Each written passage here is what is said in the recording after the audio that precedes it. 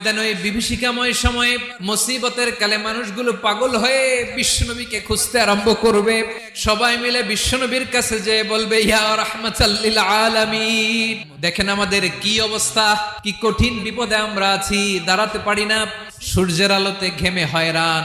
বিশ্বনবী মাকামে মাহমুদে যে আল্লাহু আকবার বলে সিজদায় লুটিয়ে পড়বেন, বিশ্বনবী এমন ভাবে অজর দ্বারায় সিজদায় লুটিয়ে পড়ে কাঁদবেন, রব্বুল আলামিনের রহমতের দরিয়ায় জোশ লেগে যাবে। রব্বুল আলামিন এই দৃশ্য থেকে সহ্য করতে পারবেন না। রব্বুল আলামিন বলবেন, ইয়া মুহাম্মদ ইরফা রাসাক, ও নবী আপনি মাথা তোলেন, আপনার কান্না আমি সহ্য করতে পারি না, আজকে আপনি যা চাবেন তাই দেবেন। ওয়াশফা তুশাফা, যার জন্য সুপারিশ করবেন তার সুপারিশ কবুল করে নেবেন।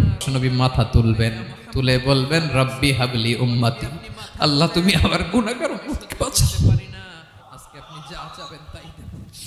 এই দুনিয়ার বুকে রব্বুল আলামিন সব নবী